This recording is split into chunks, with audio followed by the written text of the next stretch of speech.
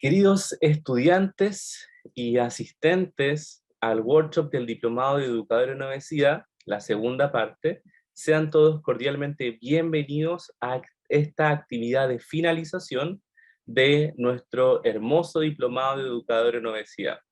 Junto al día de hoy estoy con Marina Rojo, profesora del Diplomado y también docente tutor, que dio cabida a el apoyo con todos los estudiantes del grupo G. Profesora Marina, ¿cómo le va? Muy buenos días.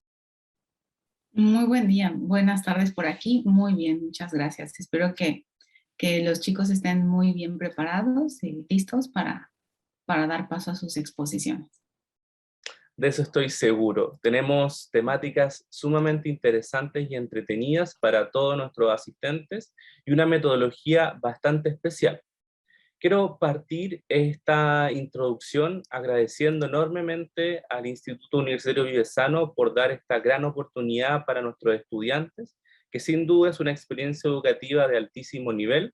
También quiero agradecer el tremendo apoyo que han generado todos nuestros tutores en relación al apoyo continuo para el desarrollo de estas revisiones bibliográficas y también el compromiso y elementos técnicos de todos los grupos que han presentado, ya sea de manera sincrónica, de manera asincrónica y también enviando sus documentos de manera individual.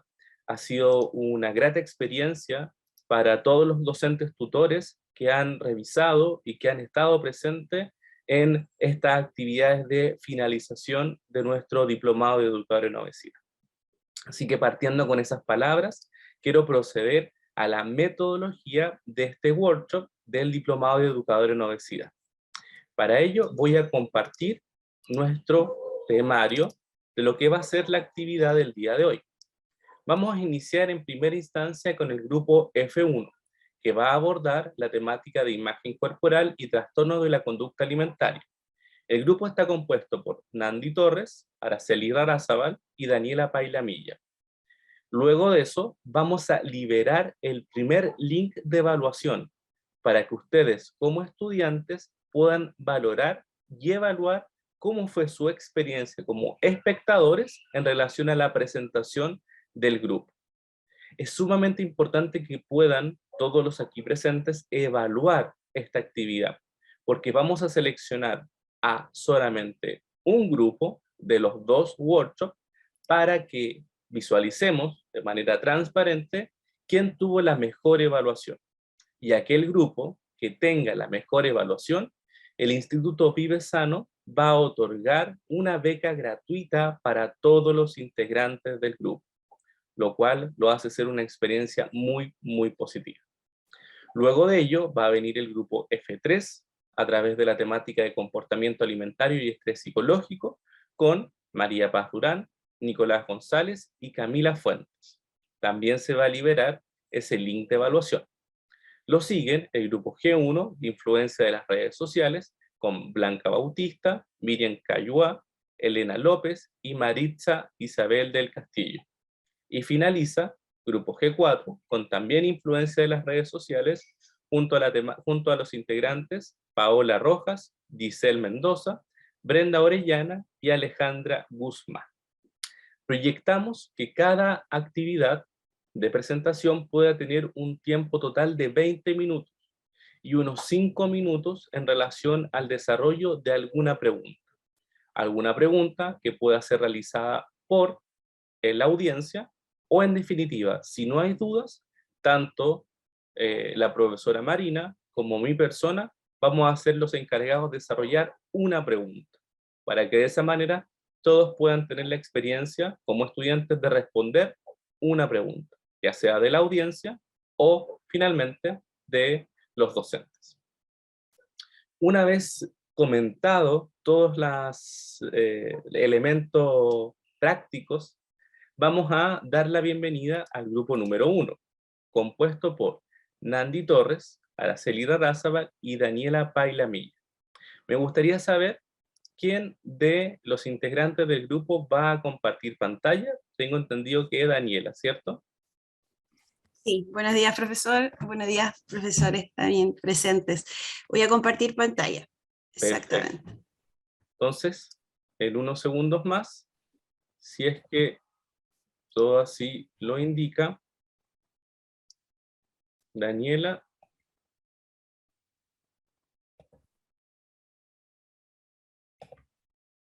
Si el profesor Rafael está por ahí, creo que me podría ayudar para que Daniela sea coanfitriona. A ver, bueno, Dani, Sí, Dani. sí, no me brinda la opción tampoco. Tendrá la opción de configurar para que todos puedan compartir. Ya, perfecto, profesor. Sí, No hay problema. sí. Entonces vamos a brindar para que Dani, de este momento, pueda ser la encargada de compartir pantalla. Daniela, hagamos esa pequeña prueba inicial.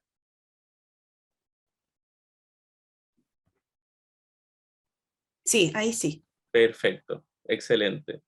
Daniela, Araceli, Nandi, mucho éxito para la actividad del día de hoy. Estoy seguro que lo van a hacer de excelente manera. Así lo ha demostrado los avances que lo han hecho y las reuniones que hemos sostenido.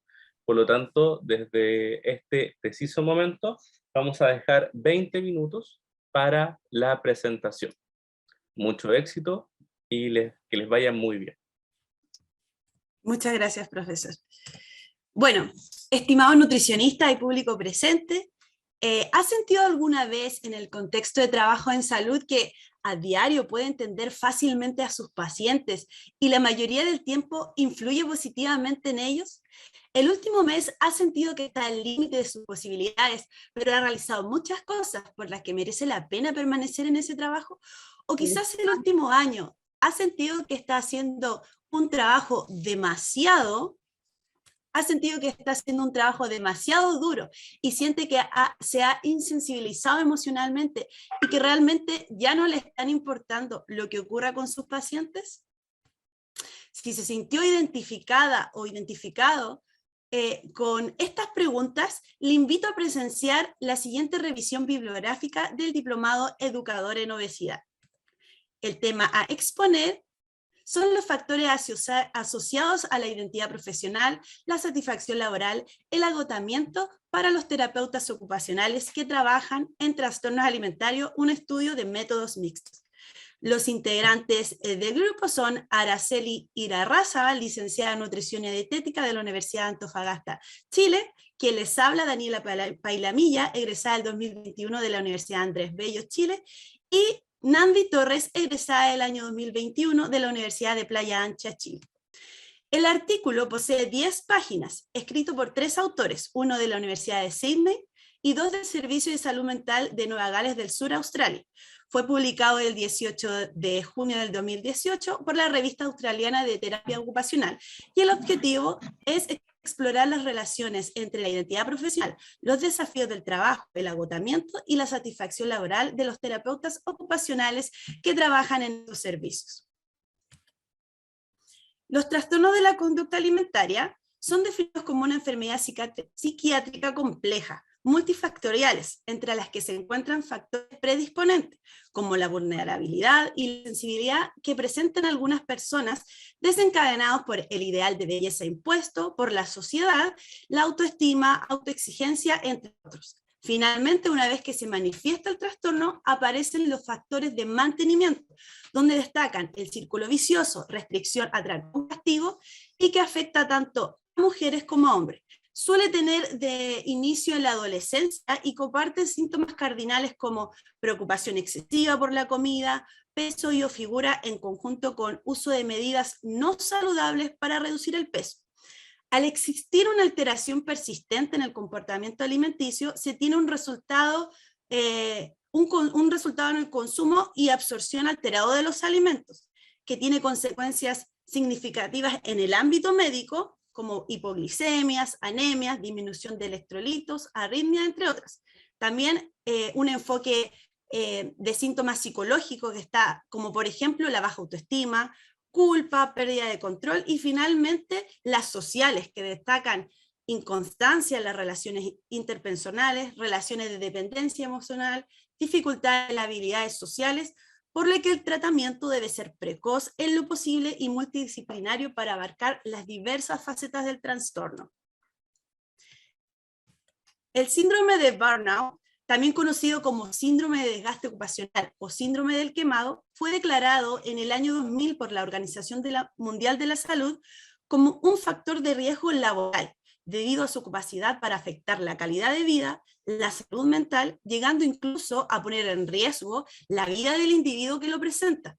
En el año 2019, fue reconocido dentro de la clasificación internacional de enfermedades como resultado del estrés crónico, en lugar de trabajo que no se ha manejado con éxito, caracterizado por 3 dimensiones: sentimiento de falta de energía y agotamiento, aumento de la distancia mental con respecto al trabajo, sentimientos negativos con respecto al mismo, y la sensación de ineficacia y falta de realización. El estrés suele desencadenarse por el sobrecarga laboral en un ambiente de trabajo que implique alta exposición, exigencia frente a la atención del público, sumado a jornadas laborales extensas, cargos altos, niveles de responsabilidad, mal clima laboral y ausencia de programas de bienestar laboral. Entre las consecuencias asociadas a estos síntomas tenemos, entre las consecuencias asociadas tenemos los síntomas psicosomáticos, como por ejemplo, fatiga crónica, dolores de cabeza y musculares, insomnio, entre otros. Síntomas emocionales, por ejemplo, irritabilidad, ansiedad, y también los síntomas conductuales, como lo es la apatía, el cinismo, hostilidad, ausentismo laboral, abuso de sustancias, entre otros. El tratamiento es la detección temprana, la meditación, el ejercicio, antiestrés, obviamente, y el apoyo psicológico. La terapia ocupacional es el conjunto de técnicas metodológicas a través de las actividades con fines terapéuticos que previenen, mantienen y o favorecen la restauración de la función, permitiendo al paciente la reinserción en el aspecto laboral, mental, físico y social. El artículo expone que hay menos de 20 terapeutas ocupacionales trabajando en los servicios de trastornos alimentarios en Australia, y además la literatura sugiere que son especialmente vulnerables a experimentar un deficiente bienestar, agotamiento y baja satisfacción laboral. Estos problemas estarían vinculados que en los servicios de salud mental hay cantidades reducidas de estos profesionales, además de trabajar con equipos multidisciplinarios, enfrentándose a presiones al momento de adoptar enfoques a la práctica, estando influenciados por otros profesionales debido a las bases de evidencias más amplias del equipo. Por nombrar algunas, la identidad profesional se ve socavada cuando el uso terapéutico tiene prioridad menor que las intervenciones psicológicas, considerando a los terapeutas ocupacionales como entretenimiento para los clientes, apreciados sí, pero infravalorados por los colegas y los usuarios del servicio. Ahora pasando a los materiales y métodos.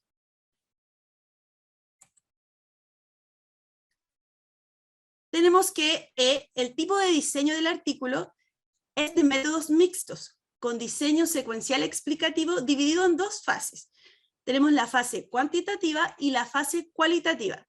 La metodología del artículo recibió aprobación del Comité de Ética en Investigación Humana de la Universidad de Sydney. Los criterios de inclusión para este estudio fueron ser terapeuta ocupacional registrado en Australia y con empleo actual o reciente en el registro de trastornos alimentarios.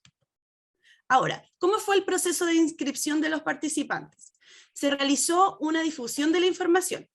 Se le pidió al administrador de una red informal de terapeutas ocupacionales que pudiera publicar la información. Este accede y además se publica la información, se anima al público a propagar la información además a sus colegas. Se realiza una encuesta en línea.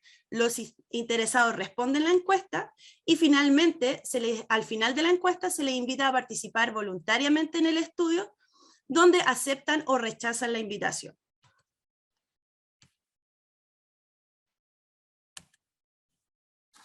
A continuación, encontramos un diagrama general que muestra la metodología que utilizaron los autores para recopilar los datos, donde se aprecia que la fase cuantitativa fue aplicada a 10 participantes. Primero se realizaron encuestas que midieron distintas variables, las que se evaluaron mediante la escala de Likert, la cual evalúa el grado de conformidad del encuestado sobre una afirmación. Luego se desarrolló un cronograma de entrevistas dirigido a áreas de interés, las que se realizaron vía telefónica y con el consentimiento de los participantes se tomaron grabaciones, las que fueron transcritas. En cuanto a la fase cualitativa, fue aplicada a 8 participantes mediante una entrevista semiestructurada que consideró 2 aspectos: desafíos laborales y mantener el bienestar profesional. En cuanto a la presentación de los resultados, los criterios de inclusión para el estudio fueron ser terapeutas ocupacionales registrados en Australia y tener un empleo actual o reciente en un servicio de trastornos alimentarios, de los que se obtuvieron 20 terapeutas que cumplían con estas condiciones. Finalmente, 10 terapeutas respondieron el cuestionario del estudio, lo que representa una tasa de respuesta del 50% de los terapeutas que trabajan en trastornos alimentarios en Australia, de las cuales todas eran mujeres y un 80% trabajaban actualmente en servicios de trastornos alimentarios. En el siguiente gráfico se hace un desglose de las puntuaciones obtenidas en cada ítem. Se aprecia que para el caso de satisfacción laboral se obtuvo una puntuación promedio de 7,4 de un máximo de 10 puntos. En cuanto al desempeño, se observó un promedio de 16 puntos de un máximo de 32. Para el agotamiento se obtuvo un promedio de 20 puntos de un máximo de 32. Y finalmente, la identidad profesional presentó una puntuación promedio de 36,1 puntos de un máximo de 50.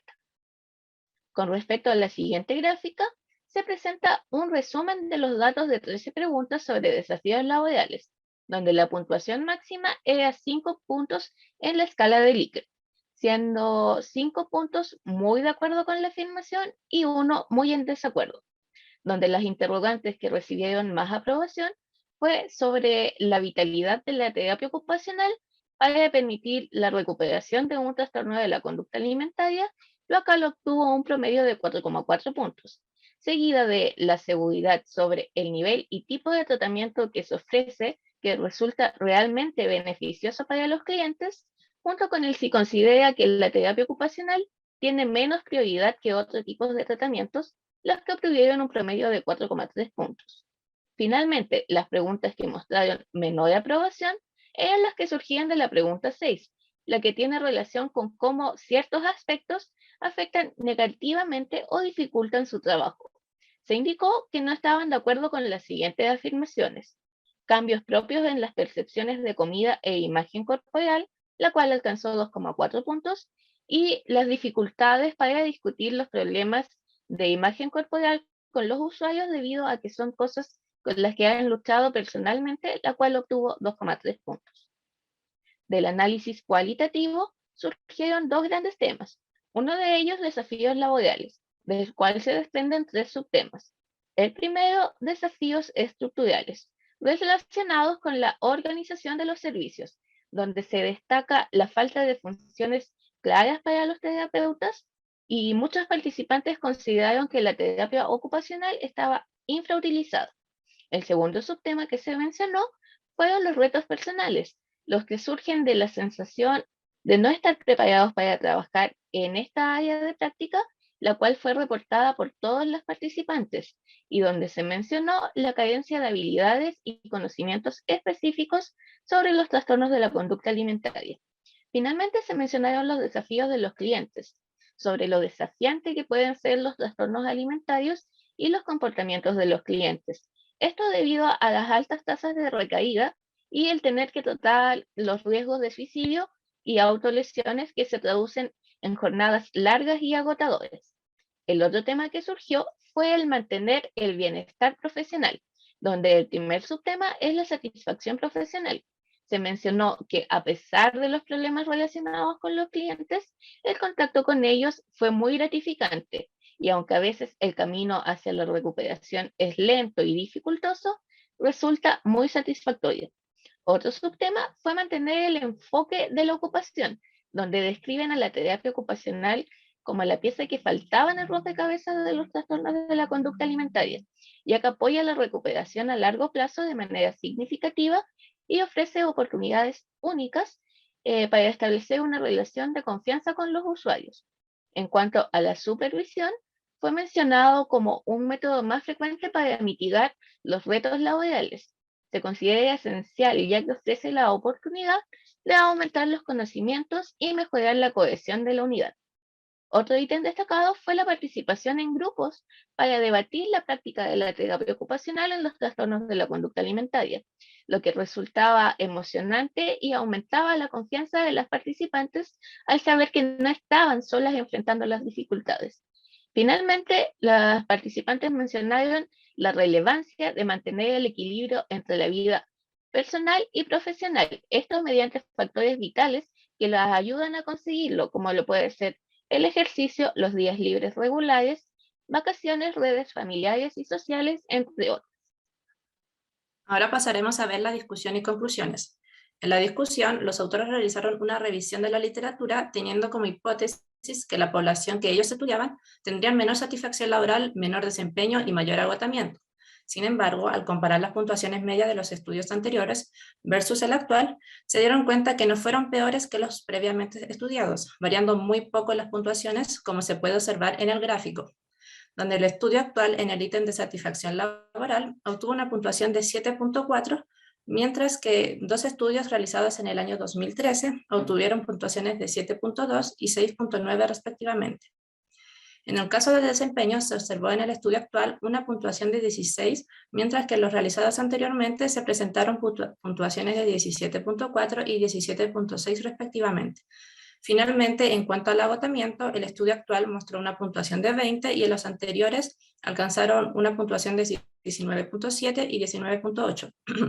Los autores también mencionaron que el hallazgo más notable de este estudio fue la relación entre un sentido más fuerte de identidad profesional y niveles más altos de agotamiento, como se puede observar en el gráfico. También mencionaron los desafíos relacionados en el trabajo con personas que padecen de trastorno de la conducta alimentaria por la limitada base de evidencia que tiene la terapia ocupacional, la alta tasa de recaídas, clientes resistentes al tratamiento, comorbilidades y finalmente los desafíos para acceder a la supervisión y otros apoyos profesionales.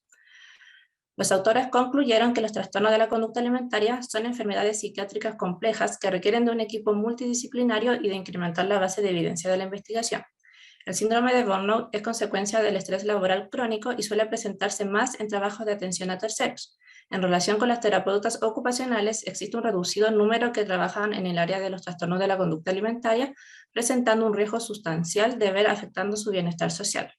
Por último, se concluyó que es de suma importancia la supervisión y socialización profesional, además de mantener un equilibrio entre la vida personal y laboral. Ahora pasaremos a ver el análisis crítico.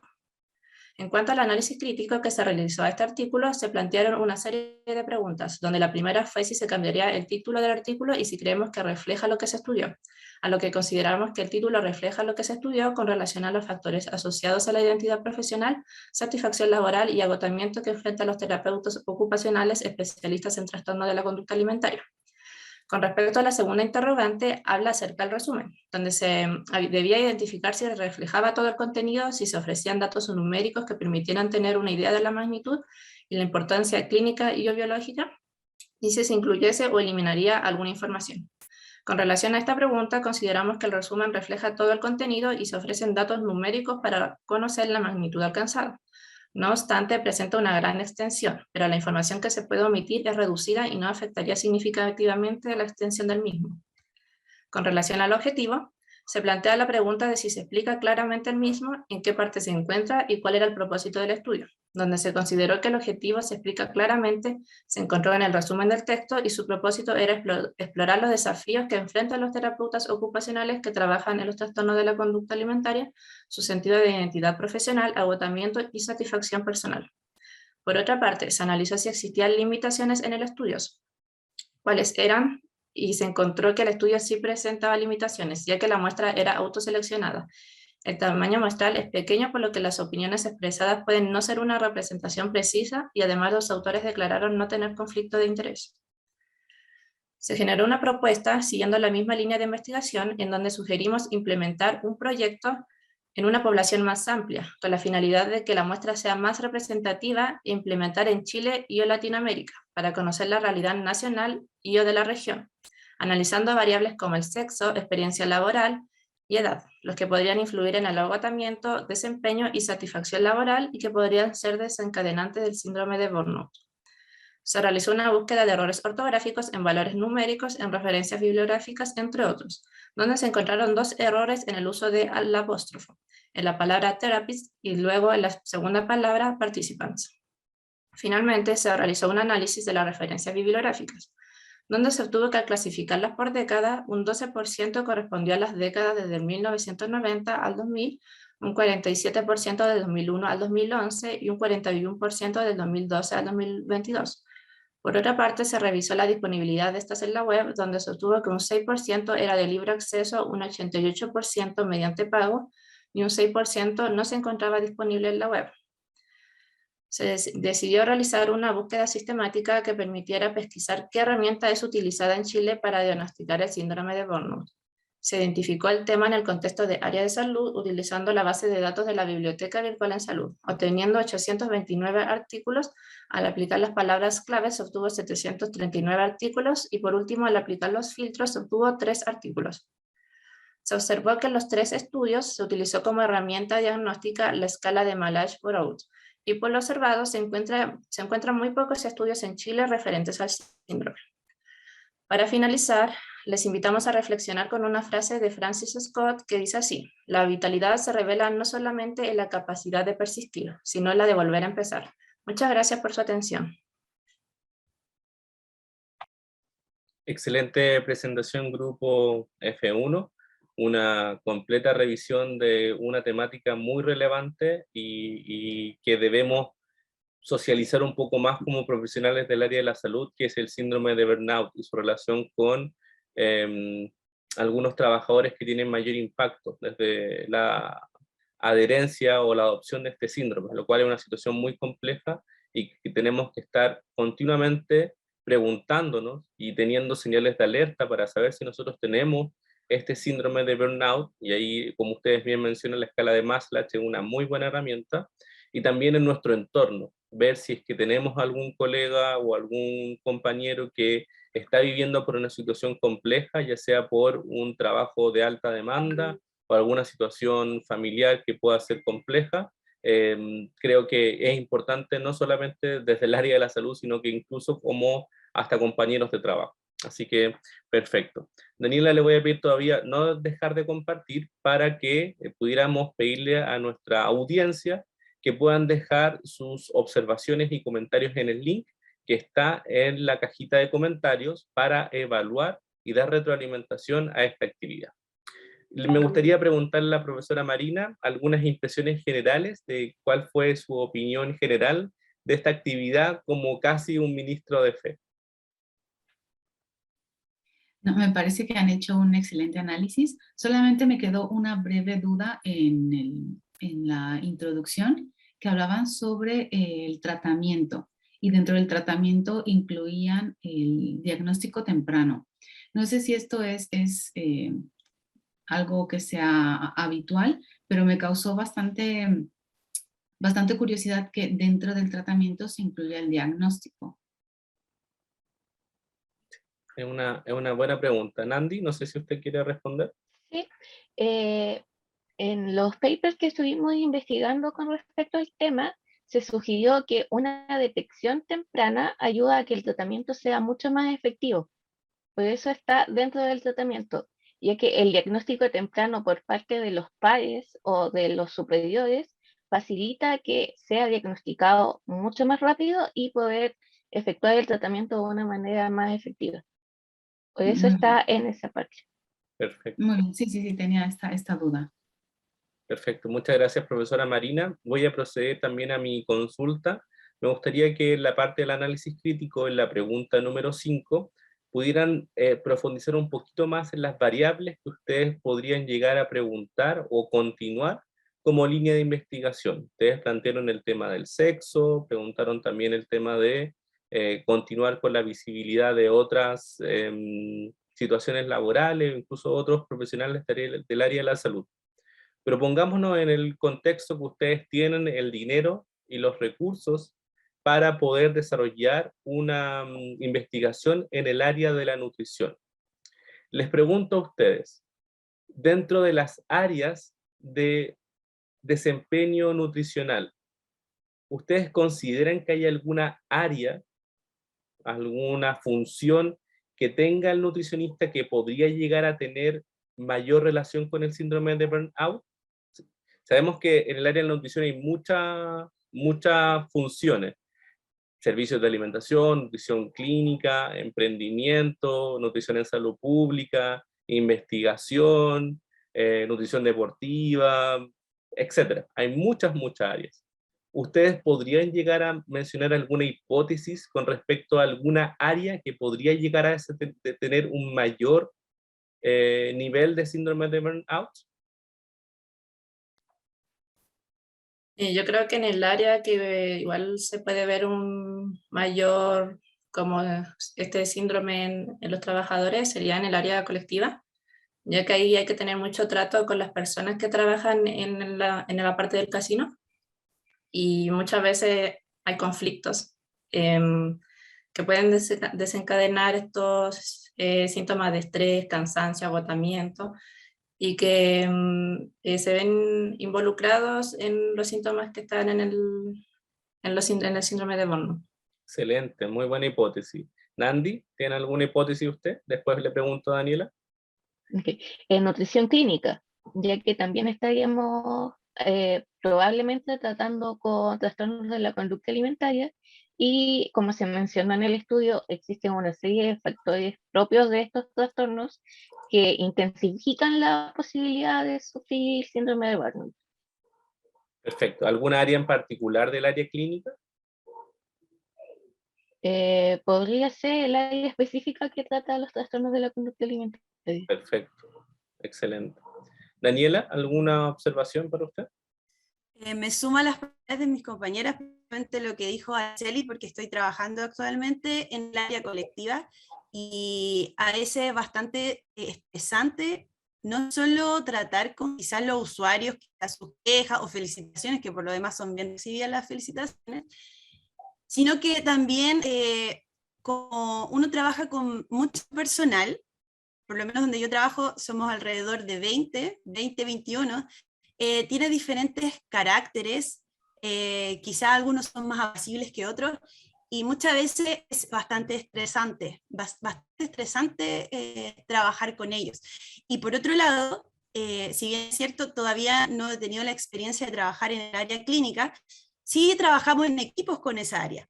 Y también es bastante perdón, estresante trabajar, sobre todo, por ejemplo, lo que he podido observar, quizás con los pacientes psiquiátricos, porque claro, es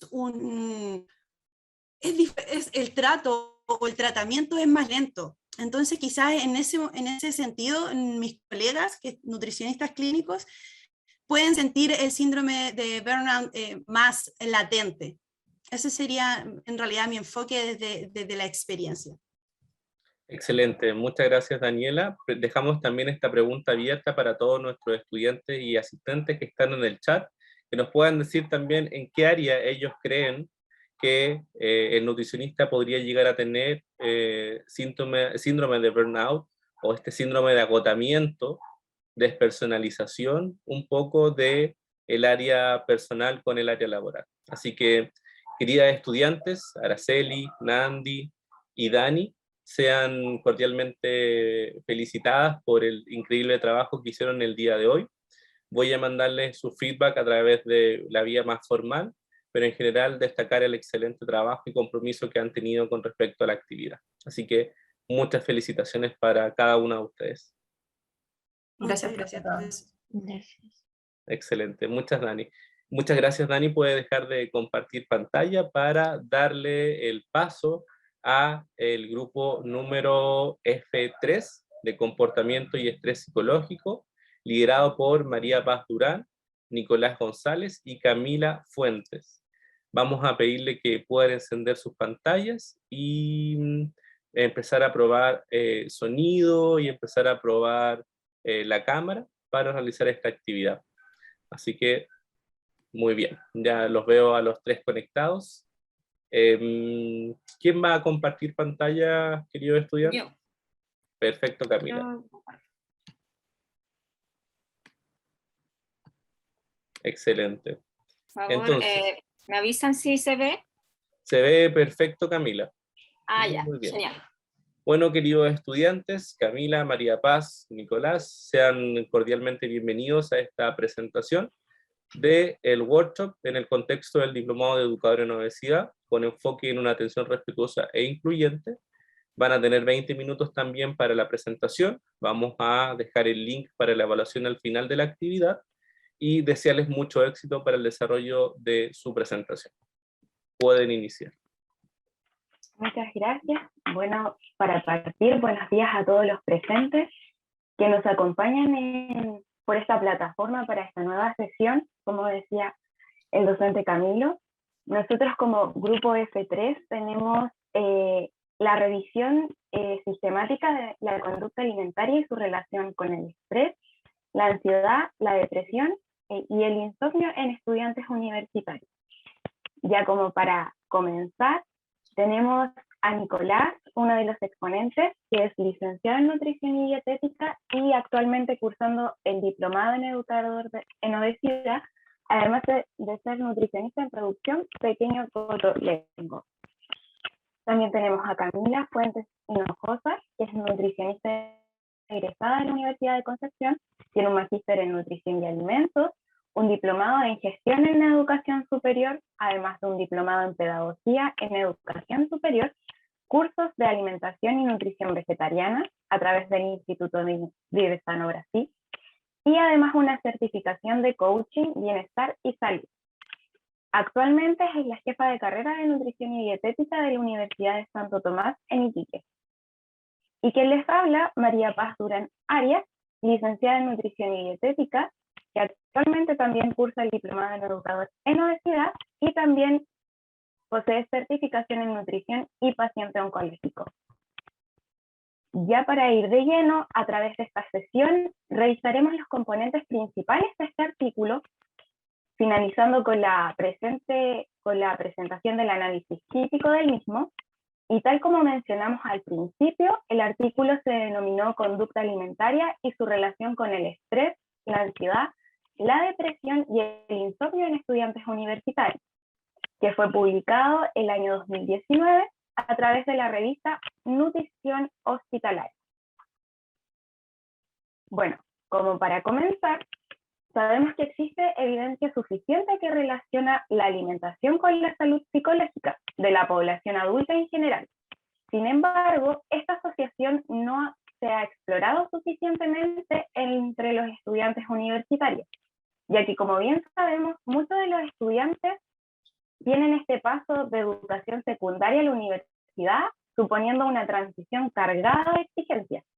Esto puede desencadenar conductas de riesgo que podrían derivar en estados de estrés, ansiedad, depresión o insomnio. La evidencia acerca de la relación entre la salud psicológica y la ingesta de ciertos nutrientes que tenemos es que, por ejemplo, se relaciona la depresión con los ácidos grasos poliinsaturados y proteínas como una baja ingesta, mientras que los alimentos procesados y carbohidratos de la depresión es de alta ingesta. Así también tenemos que el omega 3 y minerales como el magnesio, el cobre y el zinc se relacionan con la ansiedad. Y por otro lado tenemos la calidad del sueño, que se relacionan con el selenio, el calcio, así también la vitamina C.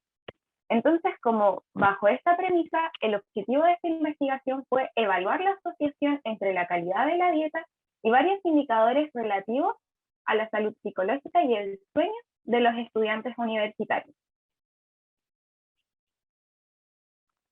Bien, vamos con la metodología. En cuanto a la metodología, tenemos que estamos frente a un estudio descriptivo transversal.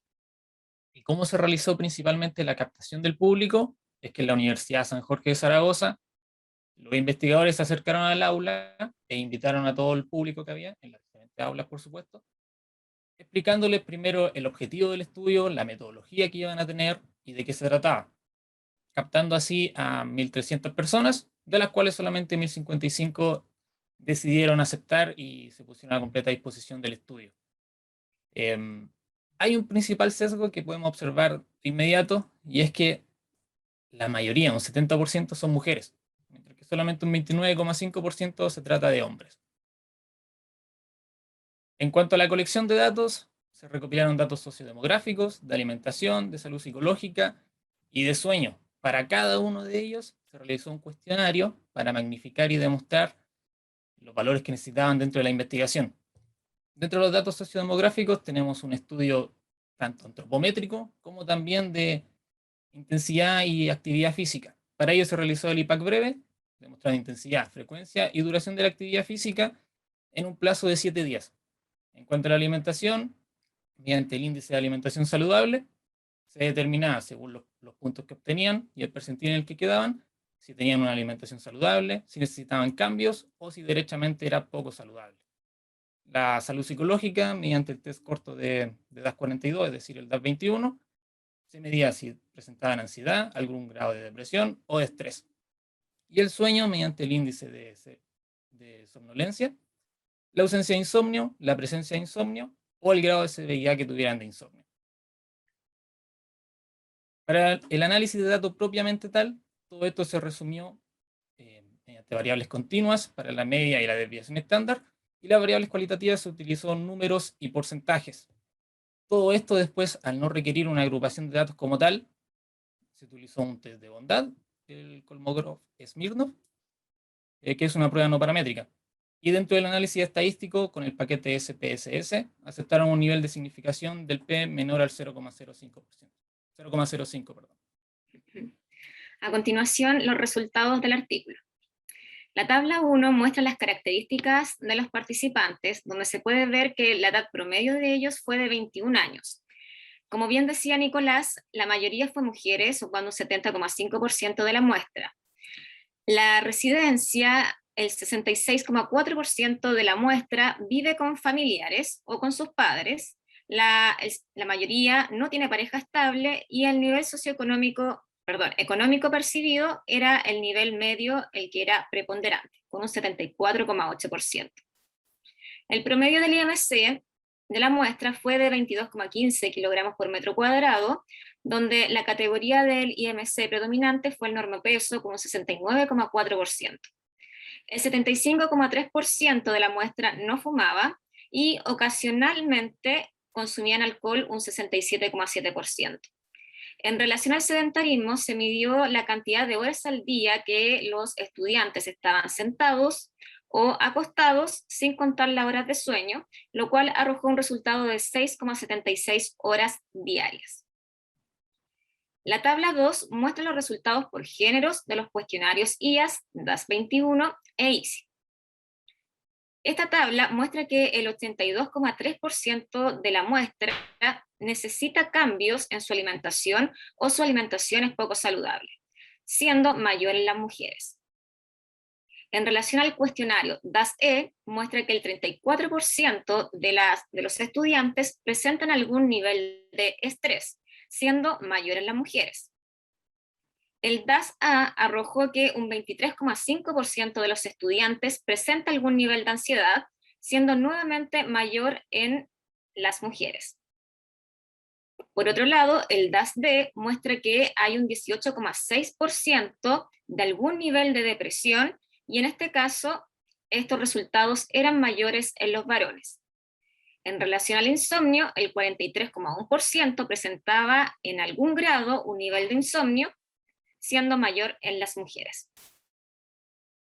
La tabla 3 muestra el grado de incumplimiento de las recomendaciones por grupos de alimentos. En esta podemos observar que el grupo de alimentos que presentaba un mayor grado de incumplimiento fueron las carnes, donde se incluían carnes magras, pescados y huevos, donde estas se consumían en menor cantidad a la recomendación que era 2 a 3 veces por semana. Por otro lado, el 77,7% de los estudiantes consumían en exceso los embutidos y fiambres.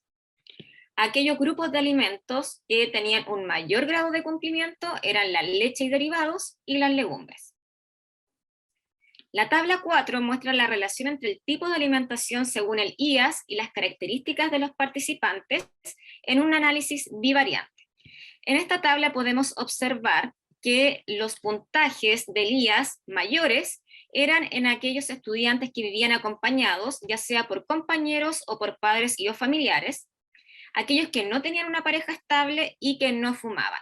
Por otro lado, según las categorías del IMC, presentaban mayor puntaje aquellos estudiantes con bajo peso o con sobrepeso y obesidad. En cuanto al tipo de titulación y al nivel económico percibido, no había significancia. La tabla 5 muestra correlaciones bivariadas entre las puntuaciones de los cuestionarios IAS, DAS-21, Rosenberg e ISI. Acá se puede destacar que el IAS tiene una asociación significativa y además inversa a los resultados de los cuestionarios del DAS-E, DAS-A e ISI. Es decir, que a menor puntaje en el IAS se asocia a una mayor probabilidad de tener estrés, ansiedad o insomnio. Por otro lado, tenemos un análisis de regresión logística ajustada por factores de confusión de la asociación entre conducta alimentaria y salud psicológica de los estudiantes. En esta tabla se puede destacar que la alimentación poco saludable se asocia a la presencia de estrés, a la presencia de depresión y a la presencia de ansiedad. En relación a los grupos de alimentos, la falta de adherencia a las recomendaciones de verduras y hortalizas se asocia a una mayor probabilidad de padecer depresión, ansiedad e insomnio. Y también quisimos destacar los dulces que se relacionan significativamente con la probabilidad de presentar estrés, depresión, ansiedad e insomnio. Bien, en cuanto a la discusión, tenemos que se dividió principalmente en 4 apartados. Dentro de la primera que vamos a hablar es de la salud psicológica, la cual podemos ver altos porcentajes de presencia de estrés, ansiedad, depresión e insomnio. Algo preocupante es el nivel de estrés, en donde 1 de cada 3 estudiantes presenta estrés, insomnio casi la mitad, aunque es mayor en mujeres que en hombres, a excepción de la sintomatología depresiva como vimos anteriormente.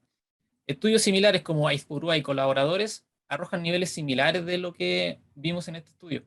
Y es que la depresión también alcanza un nivel altísimo, la ansiedad ni hablar, al igual que el estrés. Y esto a nivel mundial, en diversos estudios, también se ha visto que la depresión en estudiantes universitarios alcanza el 30%. En cuanto a la calidad de la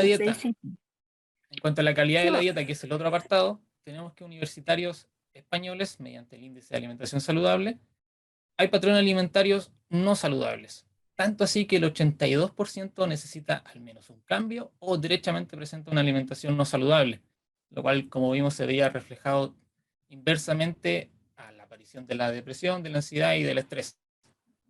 La calidad general de la dieta se asoció de forma significativa e inversa a la presencia de algún nivel de ansiedad, estrés o depresión, no así con el insomnio. Y si volvemos al tema de la dieta, en los altos niveles de ingesta de fiambre y embutidos, tiene mucho que ver con esto. Las alteraciones del bienestar psicológico y el sueño se asocia a la falta de adherencia a las recomendaciones de ingesta de verduras y hortalizas, lácteos y dulces. Ahora bien, si hacemos la relación de la dieta junto con la salud psicológica, tenemos que la calidad general de la dieta se asoció de forma significativa e inversamente a la presencia de algún nivel de ansiedad, estrés o depresión, no así con el insomnio, que es básicamente lo que veníamos viendo anteriormente, pero aquí empiezan a haber algunas diferencias en cuanto a los estudios.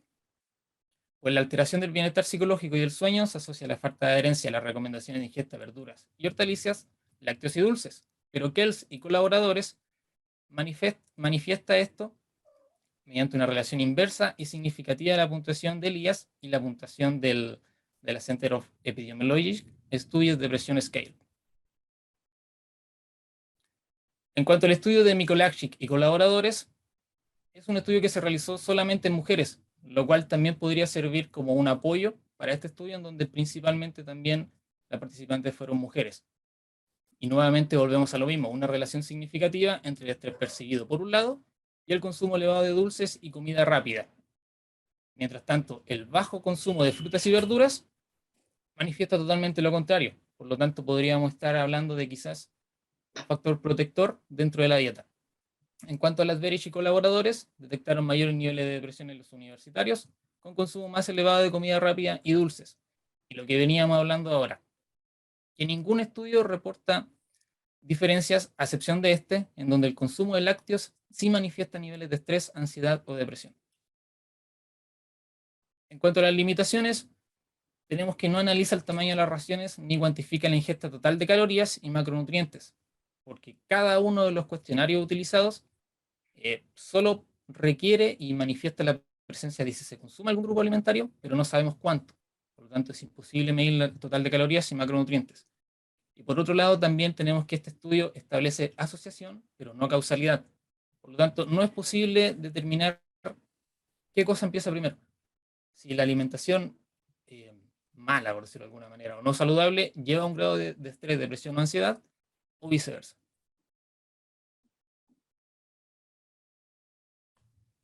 En cuanto a las conclusiones, tenemos una alta prevalencia de universitarios con alimentación inadecuada, que además se relaciona con la salud psicológica, la necesidad de aplicar estrategias de prevención y promoción en cuanto a salud en el ámbito universitario, que es algo que nos enfoca en este diplomado como educadores.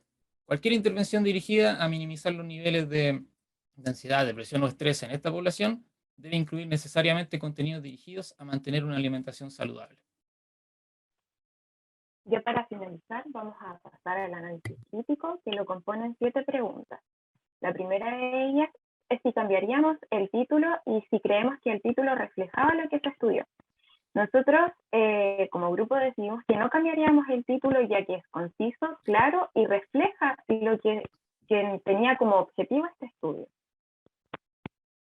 Como pregunta 2, tenemos si el resumen refleja todo el contenido, además si se ofrecían datos numéricos que permitiesen tener una idea de la magnitud y la importancia clínica y o biológica, y si eliminaríamos o incluiríamos alguna información.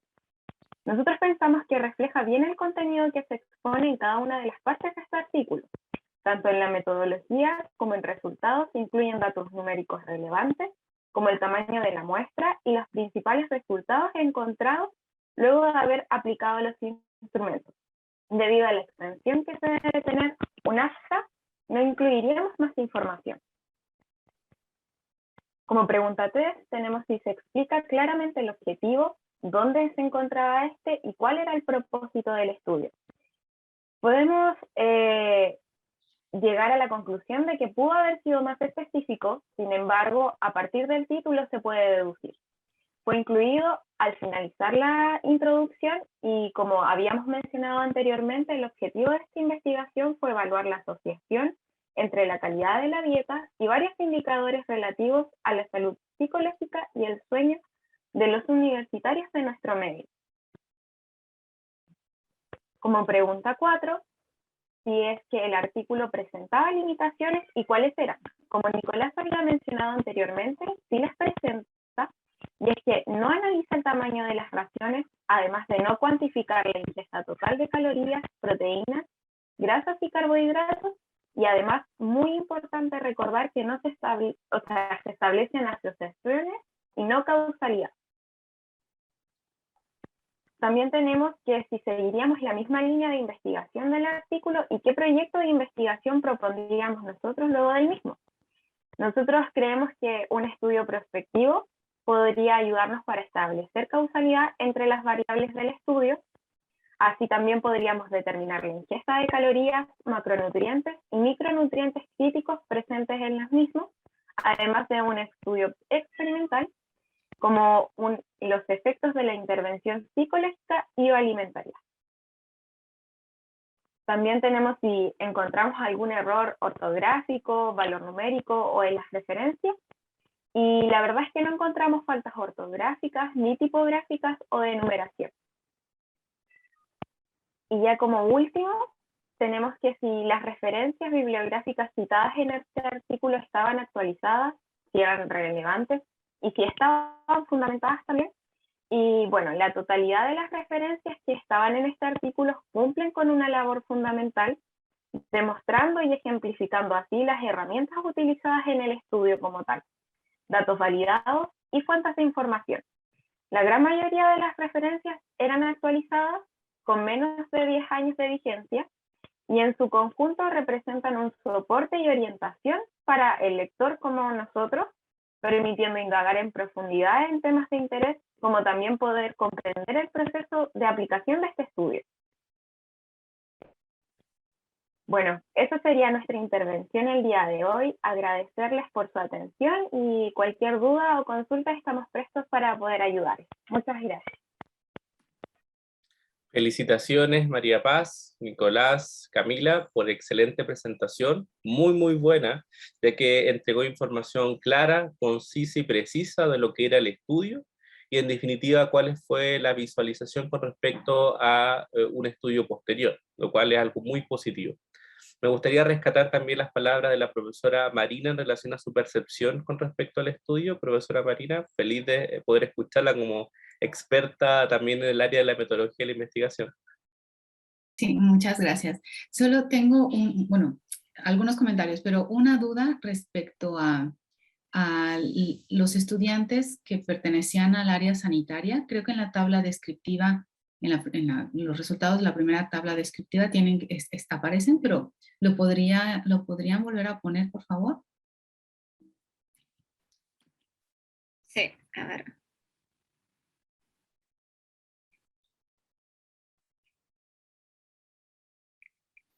No, sí, aquí. Sí, titulación sanitaria, el 58% de la población, wow. Creo que esto posiblemente no lo recogieron en vuestro análisis, pero es interesante que estamos hablando de que el 58% de la población analizada pertenece a la rama sanitaria, con lo cual se tendría que esperar que tuvieran unos mejores hábitos alimenticios y de gestión del estrés.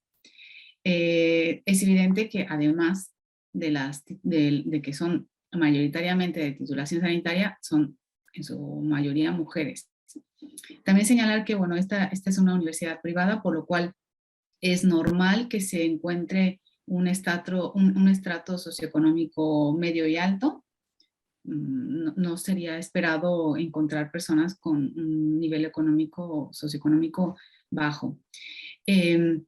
Respecto al análisis crítico que presentan sobre qué tipo de intervención realizarían, un prospectivo me parece adecuado, pero ¿por qué no un ensayo clínico con un doble ciego?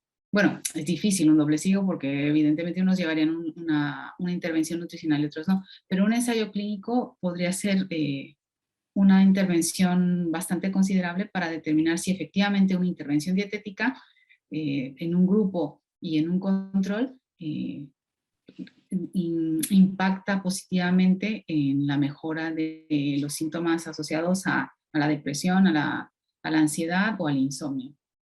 Estos son los únicos... y otra cosa, respecto a las limitaciones, evidentemente un tipo de cuestionario que analiza únicamente el patrón alimentario no va a darnos datos sobre micro ni macronutrientes. Esto es algo que tenemos que tener en cuenta. Y es algo bastante recurrente que se pasen cuestionarios que son sencillos de aplicar y que son rápidos, como el MEDAS o en este caso el IAS. Porque es muy difícil como investigadores pasar una frecuencia de consumo a 1055 estudiantes y después analizar estos datos. Es muy complejo. Entonces, es importante destacar que esto sirve como un punto de partida para hacer como una visión muy general de cómo están los hábitos. Y en un estudio protocolizado, más específico, con una intervención más puntualizada y con una muestra bastante más reducida, evidentemente que se podrían tener datos mucho más interesantes y más específicos. Nada más. Un excelente trabajo. Muchas gracias por compartirlo. Felicitaciones. ¿Algún derecho a réplica de lo que la profesora planteó? Sí, bueno, claramente es un estudio que tiene una gran cantidad de participantes.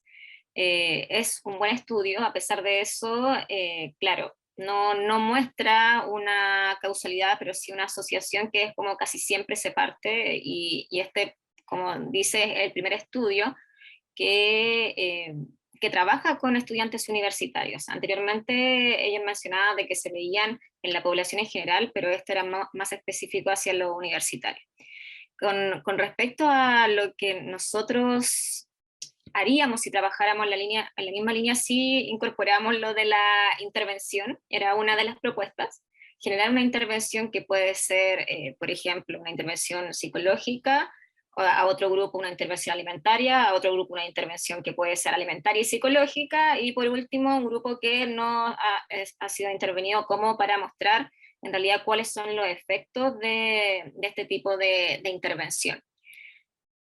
Eso quería mostrar. Bueno, otra limitación que tenía este estudio era que no presentaba los criterios de inclusión y exclusión. Ya, eso no lo mencionaba. Y creo que es súper importante porque en realidad, por ejemplo, si alguno de los participantes hubiese presentado algún trastorno alimentario, hubiese tuvido algún, no sé, otro tipo de alteración psicológica, pudo haber afectado también a los resultados. Esto es bastante interesante. Incluso hay que considerar que puede haber dentro de esta muestra ya personas con un diagnóstico clínico, que ya tengan caracterizada la patología. Súper bien, me ha gustado mucho. Y evidentemente, un estudio, un cross-sectional nunca nos va a dar una causalidad, sino una asociación, evidentemente. Muchas felicidades. Me sumo a las palabras, querida profesora Marina, un excelente trabajo, lo cual manifiesta el nivel de compromiso que han tenido. Específicamente para los tres, sé que es un área que podría ser muy interesante de abordar, definitivamente. Creo que específicamente Camila puede tener un gran desafío al implementarlo en su casa de estudios, sobre todo un proyecto de intervención donde hay mucha evidencia científica, donde el profesional nutricionista junto con otro tipo de profesionales sanitarios puede ser un motor de cambio para la prevención de factores de riesgo en los estudiantes universitarios. Hay mucha relación entre un estilo de vida saludable y la mejora en el rendimiento académico, entonces creería que es algo que perfectamente puede verse asociado y que lo liga con la línea de investigación que ustedes tres tienen y que en definitiva puede posicionarse también como incluso un emprendimiento. ¿Por qué no tener una empresa que desarrolle este tipo de intervenciones educativas en contextos universitarios? Así que muy positivo esta línea base o esta historia del arte que nos acaban de mencionar, diciendo que sí se puede o que sí se podría, ya que la información planteada perfectamente puede replicarse a nivel iberoamericano. Así que felicitaciones por el excelente trabajo. Nuevamente, muchas gracias. Muchas gracias a ustedes. Nuevamente dejamos el link para que puedan evaluar a este grupo número 2 que está aquí presentando específicamente, el grupo F3, para que puedan realizar la retroalimentación en relación a lo presentado. Muy bien, queridos estudiantes, vamos a continuar ahora con los grupos de la profesora Marina Rojo, a la cual quiero dejar como responsable para la moderación de esta segunda parte. Profesora Marina, tenemos un gran desafío de poder continuar con los dos grupos que tenemos a continuación, específicamente el grupo G1, con Blanca Bautista, Miriam Cayúa El Uasisi, Elena López Ortega y Maritza del Castillo, y finalmente con el grupo G4, con Paola Rojas, Giselle Mendoza, Brenda Orellana y Alejandra Guzmán, para hablar de una temática que a mí me apasiona, que me voy a quedar sin lugar a dudas porque ya la temática llama mi atención, que es influencia de las redes sociales. Así que mucho éxito a los grupos que vienen y la dejo también para ir moderando esta actividad. Muchas gracias, Camilo. Pues comenzamos con el primer grupo. ¿Quién va a compartir la pantalla? Maritza va a compartir. Perfecto. Muy bien, Blanca. Pues en este caso tú eres la coordinadora del grupo. Si hay algún problema que se vaya presentando de tipo técnico, no dudes en señalárnoslo. Adelante, Perfecto. chicos. El grupo G1, Blanca Bautista, Miriam y Maritza nos van a presentar un estudio que se basa justamente en el uso de Facebook. Y pues todo vuestro. Adelante. Ok, muy buenos días. Nuestro grupo va a darles la presentación del artículo con título Efectos de un programa de control de peso administrado por las redes sociales sobre el peso y los factores de riesgo del síndrome metabólico en adultos con sobrepeso y obesos. Se trata de un ensayo controlado aleatorizado. Las integrantes, Blanca Bautista, Mariam Cayowa El Wasaisi y Maritza del Castillo. En esta presentación, pues ustedes van a ver el artículo. Vamos a desarrollar brevemente una descripción de los materiales, métodos y presentación de los resultados del mismo, la discusión y conclusiones aportadas por los autores y el análisis crítico de la revisión. Bien, entonces una breve presentación de las personas que conformamos el grupo. Quien les habla, Blanca Bautista, nutricionista dietista de la Universidad Nacional de Colombia, con especialización en auditoría en salud y epidemiología, con formación como antropómetra ISAC 1, también con certificación en lactancia materna y alimentación complementaria Vive Sano. Hago parte actualmente de la Asociación Colombiana de Dietistas y Nutricionistas ACODIN Cundinamarca como secretaria y me desempeño en la actualidad como nutricionista clínica y de consulta externa en Keralty. Mi otra compañera de grupo, Mariam Cayowa El Wasaisi, es estudiante de grado universitario en Nutrición Humana y Dietética en la Universidad Complutense de Madrid. Es estudiante del diplomado actual Educador en Obesidad. Y Maritza del Castillo, que es licenciada en Nutrición por la Universidad Nacional Federico Villarreal, cuenta con diplomado en Nutrición Clínica por la Universidad Le Cordon Bleu, diplomado de soporte nutricional por la misma universidad, es actualmente coordinadora académica de los programas de formación continua de Nutravida Science, consultora privada con enfoque en sobrepeso y obesidad, se encuentra maestrando en gestión de negocios de nutrición en la Universidad de San Ignacio de Loyola y es creadora de Nutbec, una página de divulgación científica sobre nutrición. Bien, entonces iniciamos con la revisión de nuestro artículo. Este es el artículo que revisó el grupo. El título es Efectos de un programa de control de peso administrado por las redes sociales sobre el peso y los factores de riesgo del síndrome metabólico en adultos con sobrepeso y obesos. Un ensayo controlado aleatorizado. Este es un artículo que cuenta con 6 autores, 4 de ellos de origen y actividad en Australia, uno de ellos en Finlandia y uno en Hong Kong. Este artículo fue publicado en la revista Plus One y ha sido citado en 15 artículos más diferentes.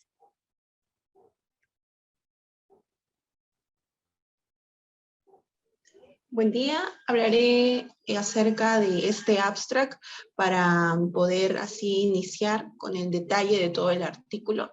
El objetivo de este proyecto fue evaluar la efectividad del uso de las redes sociales para aumentar la entrega de un programa de control de peso y brindar así el apoyo a personas con sobrepeso y obesas durante una intervención, en este caso de 24 semanas.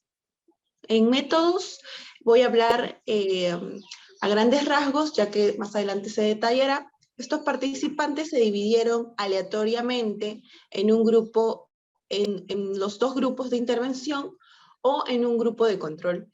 Se instruyó a los 2 grupos de intervención para que siguieran un programa de control de peso idéntico, Un grupo es el que recibió el programa dentro de un grupo de Facebook, junto con una red de apoyo con el grupo. Y el otro grupo de intervención es el que recibió el mismo programa en un folleto.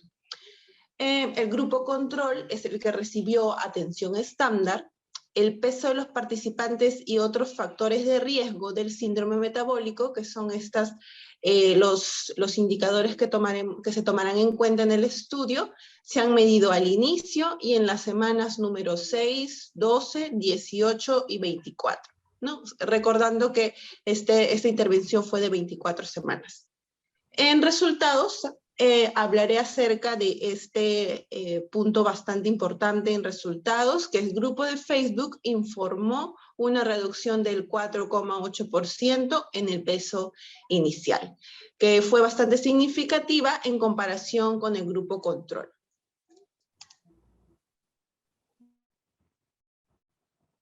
Vale, yo voy a hablar de los objetivos que se intentaron hallar con este estudio. Como ha comentado mi compañera, el objetivo de este proyecto en general fue pues, evaluar cómo de efectivo es el uso de las redes sociales en cuanto a aumentar la eficacia de programas de control de peso y además pues, si se puede brindar apoyo a personas con sobrepeso y obesas durante todo este proceso de intervención. Es verdad que el objetivo se colocó en la introducción del artículo, o sea que nada más empezar a leer el artículo podemos saber cuál era el objetivo principal del estudio y la hipótesis, o sea, el objetivo principal era confirmar la hipótesis que ellos habían plasmado en el artículo. Esta hipótesis del principio pretendía que hubiera cambios en el peso corporal del 2% en el grupo del folleto o panfleto y del 9% en el grupo que tuvo la intervención a través de grupos de Facebook, en comparación con el grupo control. Luego, en material, método y resultados, tenemos, pues como ha comentado mi compañera, que los participantes se dividieron aleatoriamente en cualquiera de los tres grupos, grupo control, grupo folleto, panfleto y grupo de Facebook, y se estuvo evaluando su estado durante 24 semanas, dividiéndolo entre cada 6 semanas. Se eligieron individuos con sobrepeso y obesos, con un índice de masa corporal entre 25 y 40 kilogramos metro cuadrado y con edades comprendidas entre los 21 y los 65 años. Es importante recalcar que fueron reclutados en la comunidad de Perth a través de anuncios en el periódico de Australia Occidental entre julio y noviembre del 2014. Además, se pedía y se requería que los participantes tuvieran acceso a Internet, a una computadora, a un portátil, a lo que sea un ordenador de cualquier tipo. Es verdad que antes de la selección final de todos los individuos que iban a participar, se encuestaron a 284 personas a través de una entrevista telefónica, pero solo 137 resultaron pues, legibles para este estudio. ¿Por qué? Pues porque había diversos criterios de exclusión. Entre ellos estaban el tabaquismo, el consumo de medicamentos que pudieran reducir el contenido de lípidos, el uso de esteroides o de warfarina, que como sabemos es un anticoagulante, también el tener diabetes, el tener o hipertiroidismo, el haber tenido problemas cardiovasculares en los últimos 6 meses, además de tener enfermedades sistémicas importantes, insuficiencias renales o proteiuremia. Además, también se excluyeron a personas que fueran vegetarianas o tuvieran dietas restrictivas y también a personas que estuvieran participando en ese momento en cualquier otro tipo de estudio clínico o en los últimos 6 meses hubieran participado en algún otro estudio clínico. ¿Por qué tuvieron tantos criterios de exclusión? Era más que nada para reducir el máximo posible factores de confusión, o sea, factores que pudieran confundir los resultados que pudiéramos obtener. Todos los participantes, también cabe destacar que dieron su consentimiento firmado y por escrito. Bueno, pues el grupo control simplemente obtuvo pautas nutricionales de de actividad, o sea, las pautas nacionales de actividad física para adultos. El grupo folleto sí que tuvo pues toda la información escrita en papel, o sea, además de las pautas. El grupo de Facebook sí que tenía pues el feedback constante, digamos, de estar en una red social a través de publicaciones en Facebook. ¿Qué resultados obtuvieron? Pues el grupo de Facebook informó de una reducción del 4,8% del peso inicial, que es significativa en comparación con el grupo control. Además de otras mejorías, ya que aunque el objetivo principal era el peso, se medían otros parámetros. Se vio reducción en el índice, o sea, en la circunferencia de cintura, en el índice de masa corporal, o sea, la relación entre masa grasa y masa magra. Además, se vio que hubo una reducción en la ingesta de energía, comparando el grupo de Facebook con el grupo panfleto y el grupo control.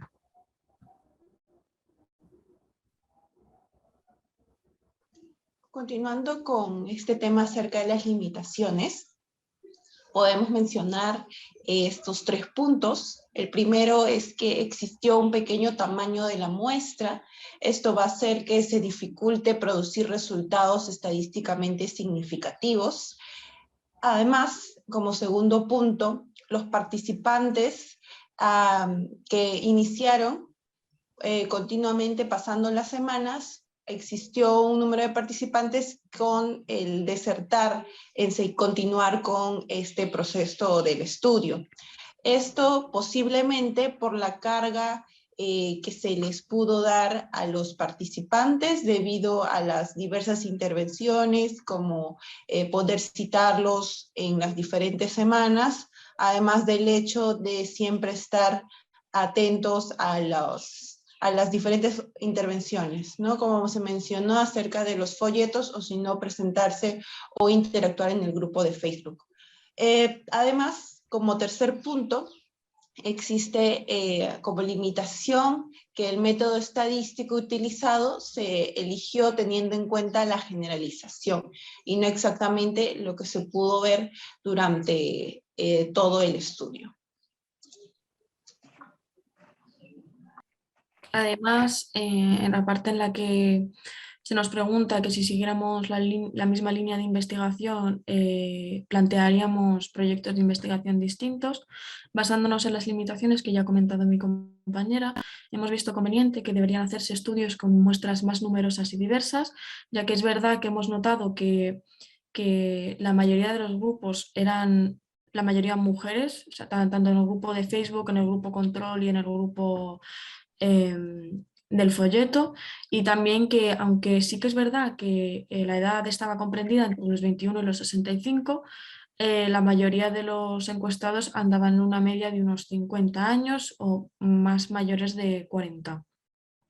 Además, también, como ha comentado mi compañera, una de las limitaciones era esa recogida exhaustiva de los datos, y es que se les pedía que hicieran un registro de lo que habían comido cada 3 días, y cada 3 días tenían que entregarlo. Y creemos que es un poco demasiado exigente para ciertas personas, y eso podría, digamos, medrar la posibilidad de que fueran consistentes durante todo el estudio. Además, como último punto, también hemos notado que podrían usarse otras redes sociales que tuvieran una dinámica y una población objetivo distintas, porque es verdad que Facebook pues, se actualiza, digamos, con cierta frecuencia y sí que es moderna, entre comillas, pero podrían usarse otro tipo de redes sociales como lo es Instagram, que es mucho más atrayente para población mucho más joven, o otro tipo de redes sociales, y que además, bueno, pues lo comentará más tarde mi compañera. El artículo se presenta como la influencia de las redes sociales en general cuando solo estamos hablando de una red social en concreto, pero eso ya lo comentará mi compañera un poquito más tarde.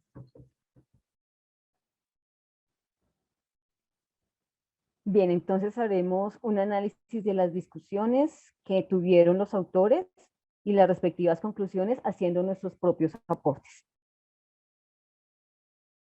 Bien, Varios temas fueron motivo de discusión al interior de los autores al momento de la elaboración de este artículo. Como ya se mencionaba, uno de los objetivos era que evidentemente se presentaran cambios en las medidas antropométricas. ¿Qué tipo de medidas? Se hizo análisis de medida de peso, índice de masa corporal, cintura, masa magra, masa grasa. Si bien se encontraron algunos cambios de mejor valor, por decirlo así, en el grupo de Facebook, recordemos que al iniciar la presentación ellos pretendían que el grupo de Facebook presentara una pérdida de peso promedio del 9% a la semana 24 y el resultado que se obtuvo fue una pérdida de peso del 4.8%. Entonces, a pesar de no llegar a lo que ellos habían propuesto como objetivo de la intervención, sí se logró ese cambio. Sin embargo, pues hacen análisis de diferentes situaciones que pudieron intervenir para que no se llegara al resultado. Una de ellas, ¿qué fue? Uno, pues tener claro que inicialmente este estudio y esa intervención se había propuesto para un periodo de 12 semanas y en la semana 12 que se recogían los datos coincidía con el inicio de las fiestas de Navidad y Año Nuevo. Todos sabemos pues que en ese momento tanto la cantidad como la frecuencia de alimentos consumidos por la mayoría de las personas cambia. Entonces, al hacer ellos el análisis, propusieron darle un alargue en el tiempo para poder ver en realidad el reflejo de la intervención y no pues verse limitados a lo que posiblemente pasaría si se recogían los datos en un momento donde la gente, los participantes, tenían un consumo totalmente diferente a lo habitual. Esto mismo fue lo que tuvieron en cuenta al hacer el análisis del tiempo de intervención. Ya les mencionaba que era inicialmente de 12 semanas, pero que se proyectó para 24 con el ánimo de poder ver la intervención, el impacto de esa intervención. También tuvieron en cuenta que al momento del reclutamiento de las personas, muchas de ellas se encontraban en ese periodo de querer cambiar sus hábitos. Entonces, si se alargaba en el tiempo el inicio de esa intervención, pues pudiera presentarse que los reclutados ya no quisieran participar o que ya no tuvieran ese mismo espíritu de cambio y que se vieran afectados pues los resultados. Además era importante para ellos que todos los grupos estuvieran en el mismo nivel de condiciones, es decir, pensar en que se iba a hacer un reclutamiento progresivo de las personas, pues haría que los que se reclutaron inicialmente, que obtuvieron la información detallada al inicio del estudio, pues tuvieran un comportamiento diferente a los que hasta ahora estaban conociendo cuál podía ser el objetivo del estudio, al que iba a iniciar en este momento esa intervención. Reducción numérica de la ingesta también fue otra situación que ellos analizaron. Ya mis compañeras les mencionaban que los participantes tenían que hacer registro de lo que consumían y hacer una entrega cada 3 días de esa información. Esa reducción numérica de la ingesta puede no ser muy fiel a la realidad y al momento de hacer la comparación de la reducción de la ingesta contra los resultados de medidas antropométricas, vieron que las reducciones no eran tan significativas, la reducción de la ingesta, frente a los resultados como pérdida de peso. Más o menos se encontraban reducciones de la ingesta de más o menos 1.470 calorías, que a la hora de comparar con los cambios en medidas antropométricas, pues no era tan significativo. Otro de los puntos que también se discutieron, que también nosotras discutíamos al momento de esa elaboración del trabajo, era la participación de las personas en las redes sociales. Obviamente, al hacer parte de un grupo, todos nos vemos beneficiados si se cuenta con un líder que esté activo, ¿sí? Que nos esté invitando a participar y que de alguna manera también invite a los miembros del grupo a la competencia.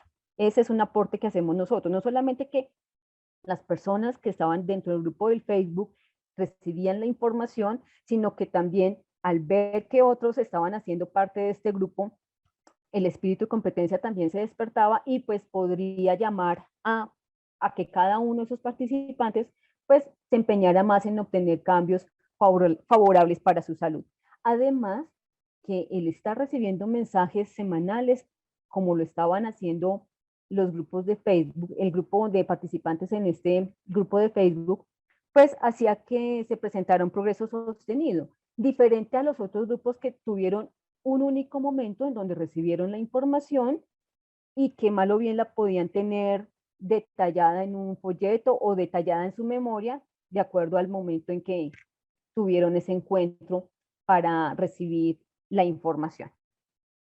También les mencionaban que otro de los puntos que discutieron es el tamaño de la muestra. Recuerden que cada uno de los grupos, tanto el control, el de panfleto y el de folleto, iniciaron con participantes en un número más o menos de 45 o 46. A la hora de hacer el análisis, solamente pudieron hacer el análisis con prácticamente la mitad de participantes en cada uno de los grupos. Y a la semana número 24 terminan con 56 participantes, más o menos 18 en cada uno de los grupos. Ya les mencionaban cuáles pudieron haber sido los motivos de deserción. Esto hace que al momento de ver los resultados, pues diga uno, pues no es como tan significativo los cambios, porque pues miren, el tamaño de la muestra es reducido a apenas 56 personas. Ellos también lo tuvieron en cuenta. Para nosotras también es un punto de resaltar. Sin embargo, pues al no tener información con la que pudiéramos comparar otro tipo de impactos frente al manejo de redes, pues nos pareció algo importante y de resaltar.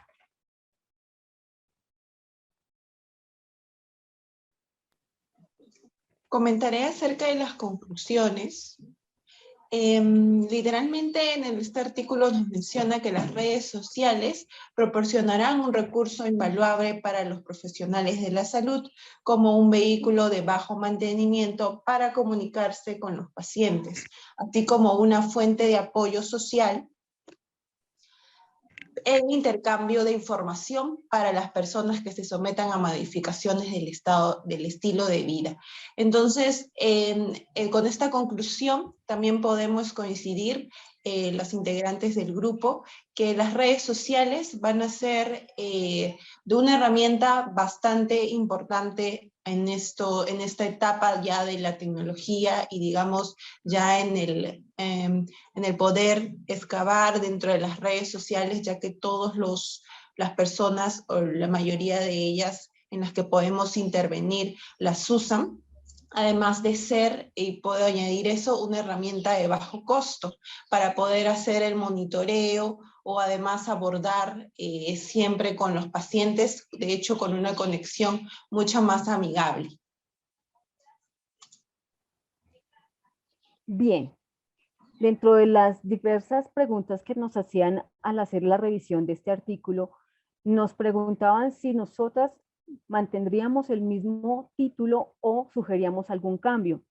Y efectivamente nosotras sugerimos hacerles algunos ajustes al título para poder tener claridad del contenido al momento de realizar búsquedas. El título que nosotras proponemos es el siguiente: efectos de un programa de control de peso administrado por, aquí resaltamos Facebook, sobre el peso y los factores de riesgo del síndrome metabólico en adultos australianos, ya que solamente mencionan adultos, pero no nos ubican geográficamente en dónde se realizó este estudio. Con sobrepeso y obesos, un ensayo controlado aleatorizado. Básicamente quisimos que se mencionara que era una única red, ya que solamente se menciona una única durante el estudio, y que nos pudieran indicar geográficamente dónde estaba ubicada la población, de tal manera que al hacer las búsquedas diferentes para otros estudios, pues casi siempre uno busca comparar, hablo de mi caso, población que tenga por lo menos genéticamente parecida, geográficamente ubicada al mismo lado del hemisferio, con costumbres muy similares. Entonces, al interior del grupo decidimos hacer este ajuste del título. Bien, en cuanto al análisis de las referencias bibliográficas que nos invitaban a hacer una revisión de los posibles errores ortográficos o numéricos, allí no los encontramos. Hicimos la revisión cada una por su cuenta para tratar como de coincidir al final, al momento de la discusión, y no los encontramos. ¿Qué hicimos nosotras? Pues tratar de organizar por periodos de 5 años los diferentes artículos que sirvieron de referencia bibliográfica para nuestro artículo de estudio, se contó con 64 artículos y al momento de hacer la verificación por periodos de 5 años, el mayor número de artículos que se utilizaron para este documento estaban publicados entre los años 2010 a 2014. Nos causó curiosidad encontrar la mención de un artículo del año 1985. Hicimos la búsqueda y pues resulta que se trata de un artículo donde se menciona que el consumo de alimentos en las épocas de Navidad y Año Nuevo promueve el aumento de peso en más o menos 900 gramos y el cambio a nivel sanguíneo de los lípidos. Entonces, nos pareció muy válido que lo mencionaran porque finalmente fue uno de los sustentos para que se pudiera alargar en el tiempo la recolección de datos de esta intervención. Ya pues por todos conocidos qué sucede cuando se acercan las fiestas de fin de año y Navidad. Como les mencionaba, entonces la mayoría de artículos pertenecientes a publicaciones del año 2010 a 2014, seguidas del año 2005 a del periodo 2005 a 2009, y a pesar de que este artículo fue una publicación del año 2017, apenas fueron consultados 5 artículos del periodo 2015 a 2016. En cuanto a las fuentes de publicación, al hacer la revisión encontramos que más o menos el 44% de los artículos allí mencionados fueron publicados por PubMed y seguidos de más o menos un 28% por Google Académico. Hay muy pocos artículos que no pertenecían a esta red y que eran documentos de instituciones australianas que no se encontraban publicados en Internet. Por ejemplo, documentos del Consejo Nacional de Investigaciones Médicas, un documento que reposaba en la biblioteca Curtin de Australia, y curiosamente encontramos un documento de IBM pues, que hacía referencia al manejo del software que utilizaron para el análisis estadístico. Con esto que les acabamos de presentar, pues damos fin a la revisión del artículo. Quedamos atentas entonces a sus preguntas y sugerencias. Muchas gracias, chicas, un excelente trabajo.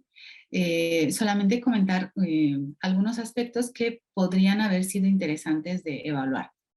El hecho de que estemos hablando de poblaciones, porque los 3 grupos manejaban poblaciones alrededor de los 50 años y mayoritariamente compuestos por mujeres, nos podría llevar a pensar en que muchas de estas mujeres se encontraban en la etapa de la perimenopausia o menopausia. Aspecto interesante a tener en cuenta si lo que se estaban evaluando eran factores de riesgo de síndrome metabólico y sobrepeso, ya que sabemos que esto puede condicionar, estas modificaciones hormonales pueden condicionar las modificaciones en las químicas sanguíneas y en la ganancia o reganancia de peso. Uno de los objetivos de seleccionar estos artículos era justamente proporcionarles material que pudiera tener algunas cuestiones curiosas. Y en este caso, este artículo, lo que a mí más me llamaba poderosamente la atención era que principalmente había sido diseñado como una intervención a 12 semanas y que convenientemente lo alargaron a 24, por lo que ya habéis mencionado, el hecho de que hay cierta ganancia de peso documentada en periodos de fiestas decembrinas. Sin embargo, habría sido bastante interesante que la intervención, que se hubiera demostrado que la intervención en redes sociales, bueno, en este caso en Facebook, era suficientemente poderosa como para poder paliar el hecho de que ya está documentado que se gana peso. Y podría haber sido muy interesante que los investigadores hubieran realizado un mayor esfuerzo de comunicación en redes para ver si esto podía impactar directamente. Otra cosa interesante por señalar es que es posible que haya habido mayor reducción de peso en el grupo que estuvo controlado por Facebook, pero sin embargo el hecho de la actividad física no fue superior al grupo panfleto, ¿no? Estamos hablando de que los pasos al día que reportaban el grupo panfleto son de unos 8.735 de media, y el grupo de Facebook son 1000 pasos menos, 1200 menos de media, 7567. Con lo cual, también cabría hacer el análisis crítico a los investigadores de que esta parte, como que recogieron los datos, pero no los han analizado como tal, sino que se han centrado únicamente en el control de peso por los valores reportados, ¿no? Reducción de peso o alimentación, sin tener en cuenta el énfasis o no a la actividad física. No sé, profesor Camilo, si desea hacer algún comentario, alguna pregunta a nuestras compañeras. Todo en orden de mi parte, profesora. Creo que ha sido muy positiva la exposición, así que nos vamos con una enseñanza positiva a todos los presentes. Muchísimas gracias. Pues, querría añadir una cosa, que justo lo que acaba de mencionar ahora mismo, que tampoco había mucha diferencia entre los pasos que daban unos y otros, es que además tampoco había mucha diferencia, por ejemplo, en la ingesta de grasas o de alcohol. Es que no había cambios. Entonces, lo que sí que hemos notado un poco es que sí que existía ese, mira, hemos hecho esto y nos ha salido esto, digamos, o sea, nosotros hemos hecho esta intervención y bueno, nos ha salido que han ganado menos peso, pero no había realmente una, digamos, una crítica, aunque sea constructiva, de, vale, pero por decirlo más burdamente, no tenemos ni idea de por qué ha pasado esto realmente, porque si no ha habido tampoco mucho cambio en el consumo, simplemente era, nosotros os damos la información, os la damos por diferentes vías, es la misma información, vosotros podéis hacer lo que queráis con ella y lo que nos ha salido es esto. Pero no ha habido como una crítica de, pues realmente han reducido su ingesta de ciertos alimentos y han aumentado la de otra o han aumentado su actividad física. Simplemente fue, hicimos el experimento, este fue el resultado y pues se publicó. O sea, eso fue por lo menos la impresión que daba el artículo. Totalmente, María. Y una última pregunta. Después de leer este artículo, ¿vosotras creéis que es una buena herramienta utilizar grupos de Facebook para mejorar la adherencia a un tratamiento? Personalmente, creo que sí que las redes sociales pueden ser una herramienta interesante, en el sentido de que ahora, pues por cómo es la sociedad ahora mismo, prácticamente todo el mundo tenemos redes sociales. Lo que sí que vería interesante sería probar otro formato de redes sociales, porque es verdad que, como hemos dicho, todo este estudio se llevó pues entre 2014 y 2017 y Facebook en esos tiempos, o sea, ya hablando como técnicamente la red social en sí como era un poquito primitiva, simplemente era como subir post, a lo mejor fotos y texto, y a lo mejor las redes sociales ahora pues permiten una interacción mucho más activa, unas encuestas, por ejemplo, un responder a tus compañeros más allegados o este tipo de cosas que sí que podrían ayudar. Pero es verdad que nos encontramos con ese puntillo de hasta qué, dónde se cruza la línea en el que la competitividad es sana y la competitividad es tóxica. O sea, dónde está la línea en la que yo, si veo que mi compañero ha salido ya a correr, me anima a salir a correr, o lo que hace es, mira, esta persona está siempre corriendo, está siempre comiendo genial, no sé qué, y yo no lo estoy haciendo, y entonces ese factor de culpabilidad. O sea, que con las redes sociales es como un arma de doble filo, nos pueden ayudar, pero también nos pueden perjudicar bastante. Muy bien, muchísimas gracias. Profe, yo quisiera hacer un apunte adicional. También el tener acceso a redes, pues, es diverso de acuerdo a donde nos encontremos geográficamente, ¿no? La señal de internet no siempre la tenemos, pues, en las mejores condiciones. Hay situaciones en que, como en el ejemplo del estudio, que estando uno de fiesta reunido con su familia en Navidad, tal vez no va a estar pegado, pues, a las redes. O lo otro, pues que simplemente me ubicaron allí en el grupo de Facebook, pero a mí no me gusta manejar redes sociales. Entonces yo no voy a estar en ese interactuar, yo no voy a estar checando, y pues obviamente todo lo que pretendían revisar, el impacto de todo lo que me enviaron, pues no fue lo que buscaban encontrar, simplemente porque también el acceso por situaciones geográficas, por señal o por interés, se ha visto afectado. Los autores hacen una leve mención de eso, pero pues para nosotros nos parece importante. Y completando lo que mencionaba Mariam, sí, definitivamente yo lo he hecho con algunos de mis pacientes vía WhatsApp. haciéndoles el video, mostrándoles cómo se debe hacer la preparación de los diferentes alimentos que se les está sugiriendo, cómo deben ser los instrumentos o las cucharas o los platos que deben utilizar para servir sus productos al momento del consumo.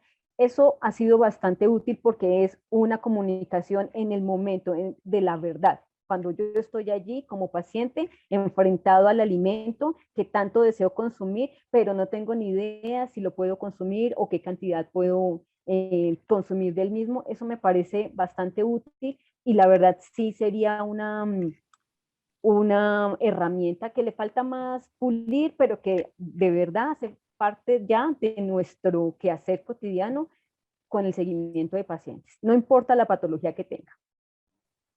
Perfecto.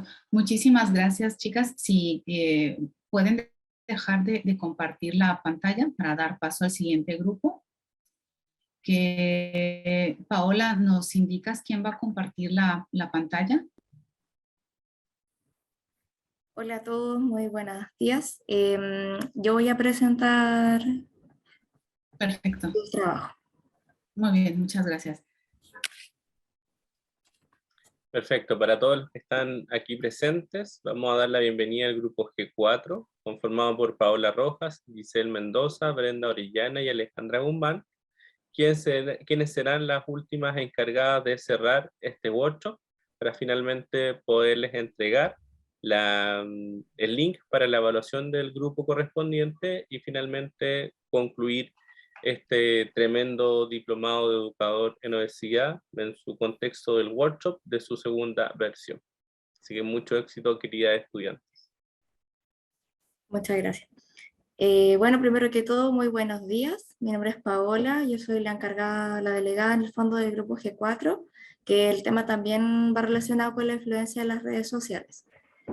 Si bien al principio este grupo estaba conformado por 4 integrantes, 2 de ellas no participaron activamente en el trabajo, por lo cual solamente Alejandra y yo armamos la presentación y la discusión, y Alejandra igual lamentablemente hoy día se encuentra trabajando, no logró conseguir permiso, por lo cual yo les voy a hacer la presentación.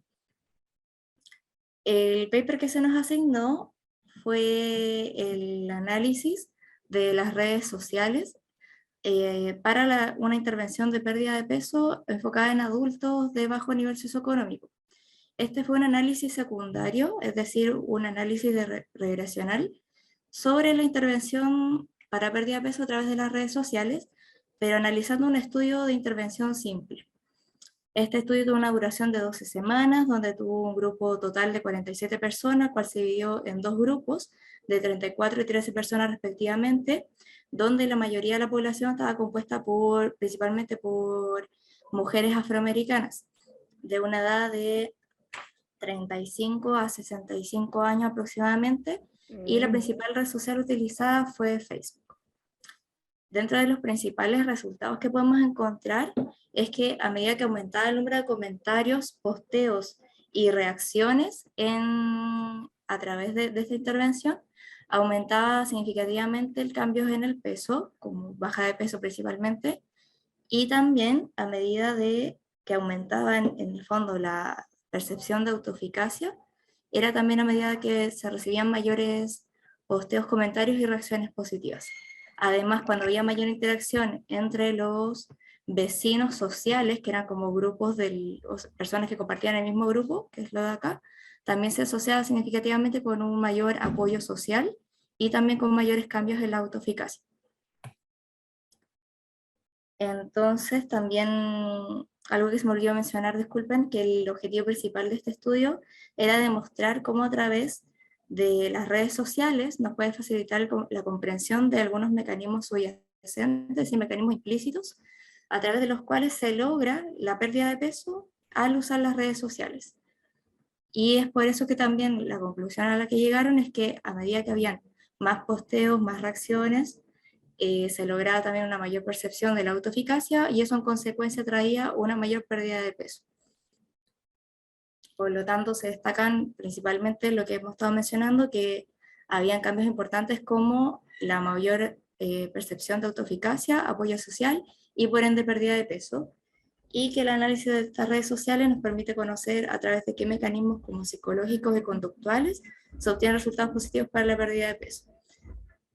Como análisis crítico, tenemos que hicimos el análisis como a través de lo que aprendimos en clase, que es del análisis PICOT, donde la población sí está reflejada en el título, que son los adultos de bajo nivel socioeconómico. La intervención fue a través de las redes sociales. Comparación no había reflejada en el título. Sí está el objetivo, que era lograr la pérdida de peso, y el tipo de estudio ellos destacan que es un estudio de intervención simple. Sin embargo, al analizar el paper, se destaca que en el fondo es un análisis regresional, es decir, un análisis secundario basado en un estudio de intervención simple. Por lo tanto, creemos que el título no refleja realmente lo que se estudió, ya que al leer el paper, al revisarlo con más profundidad, ellos se enfocaron mucho en los mecanismos subyacentes, es decir, en los mecanismos implícitos a través de los que las redes sociales influyen en la pérdida de peso. Entonces la pérdida de peso viene a ser como algo secundario, ¿ya? Entonces ahí lo que sugerimos en el fondo es cambiar este objetivo de la pérdida de peso por mecanismos conductuales o mecanismos psicológicos, que era en el fondo el real objetivo que tuvo este estudio. El abstract, el resumen, sí refleja este contenido del paper, es decir, sí refleja estos mecanismos subyacentes que querían lograr los investigadores como efecto secundario para la pérdida de peso, ¿ya?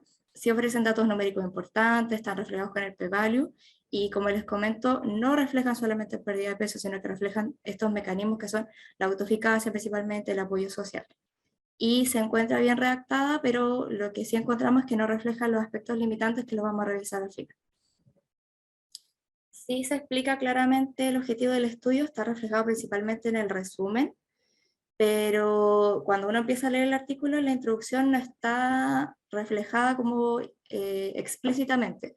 Uno tiene que inferirla, y esto es como el párrafo que más se acerca al objetivo que ellos querían lograr, que era demostrar cómo el análisis de redes sociales puede facilitar la comprensión a través de qué mecanismos psicológicos y conductuales logran los internautas los resultados esperados. Es decir, estos mismos mecanismos implícitos que estábamos viendo que traían como consecuencia la pérdida de peso.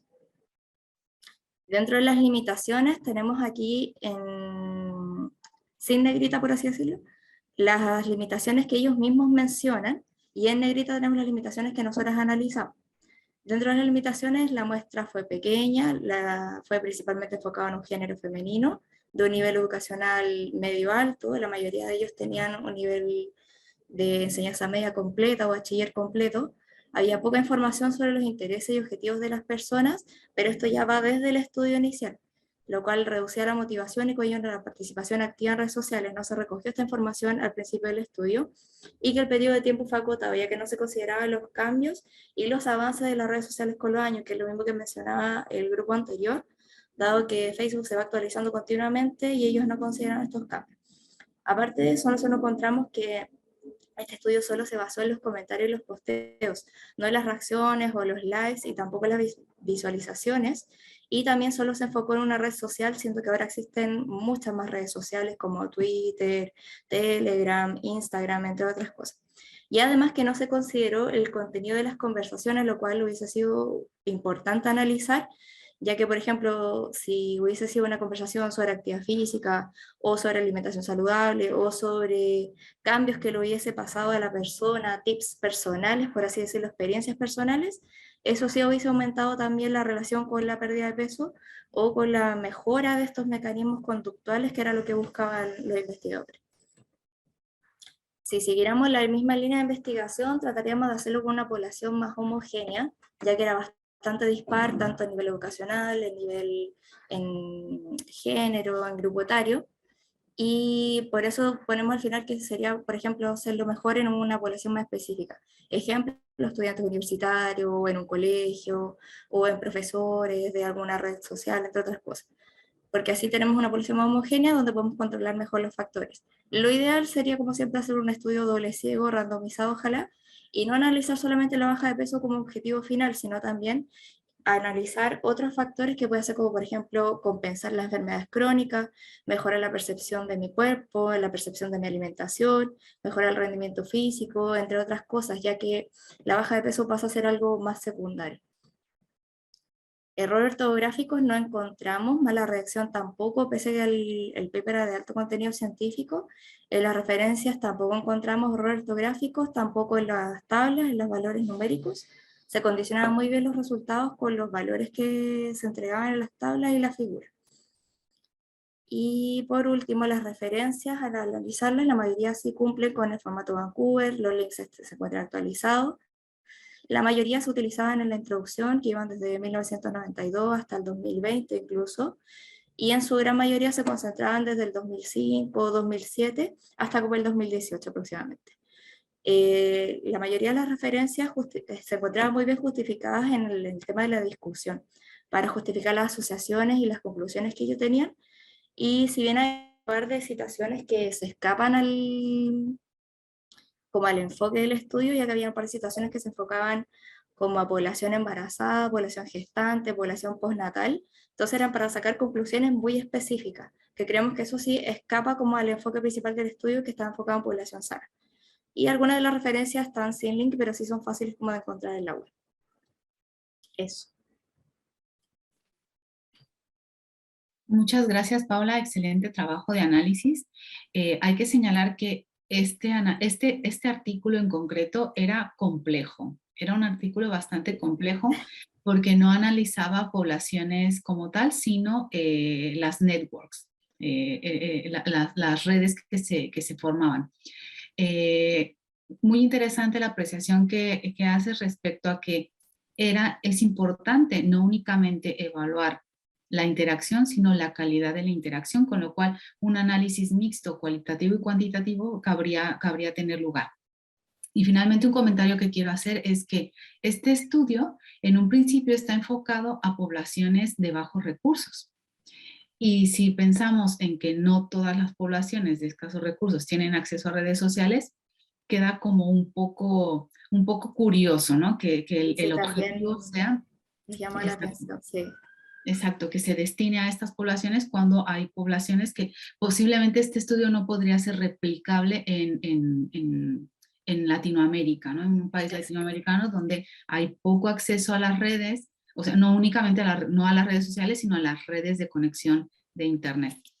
Pues es todo por mi parte, muchas felicidades, muchas gracias. Después comentaremos el hecho de que no pudieron participar el resto de tus compañeras, ya lo comentaremos tú y yo aparte. Profesor Camilo, no sé si quieres hacer alguna apreciación, algún comentario, alguna pregunta.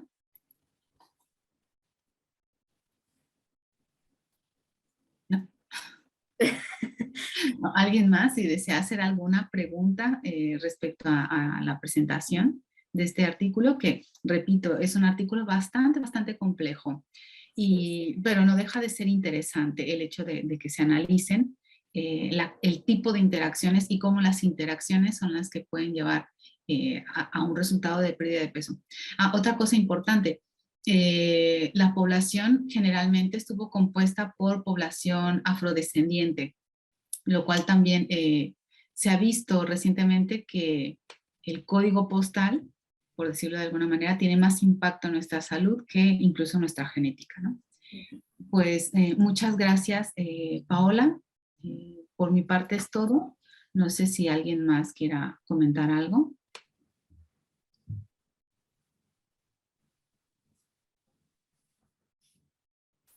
Bueno, esperamos a que, no sé si ha tenido algún problema el profesor Camilo para que deje el link de la encuesta. Aquí ya está. Con eso.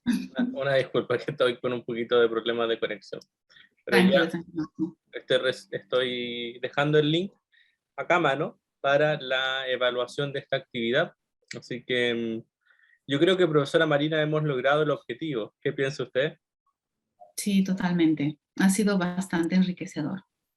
Totalmente. Y de hecho, muchos de nuestros asistentes ven este workshop de manera diferida porque lo vamos a subir a YouTube para que puedan tener acceso completo.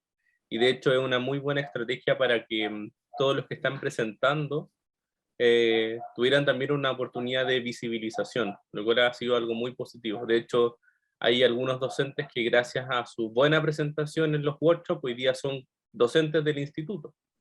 y es básicamente porque nosotros estamos evaluando continuamente el uso de las herramientas paraverbales, el uso del lenguaje técnico, y eso es algo que continuamente como instituto estamos buscando, y qué más que los mismos estudiantes que ya están teniendo el ADN del instituto para poder proyectarlo a futuro. Así que estamos muy contentos con la finalización de esta actividad. Pedimos encarecidamente que puedan evaluar a todos los grupos, especialmente el último grupo que ya está disponible su link, para que puedan participar por una beca completa en las actividades de este año 2022 en relación a los programas académicos que el instituto está desarrollando. Así que desde mi parte, como gerente académico del instituto, doy por finalizada esta actividad. Aprovecho de felicitar a todos los docentes presentes, a todos los estudiantes presentes también que nos están acompañando en este cierre del Diplomado de Educador en Universidad, que ha sido un cierre espectacular, tanto en esta segunda instancia como en la primera, y cerramos con broche de oro en relación a este excelente presentación. Así que del instituto les deseamos un feliz sábado y estamos en contacto para futuras actividades académicas. Profesora Marina, muchas gracias por su participación como siempre, un trabajo excepcional, y también agradeciendo su participación una vez más. Muchas gracias, que pasen un excelente fin de semana. Muchas gracias, que estén bien, hasta luego. Un abrazo a todos. Chao, chao.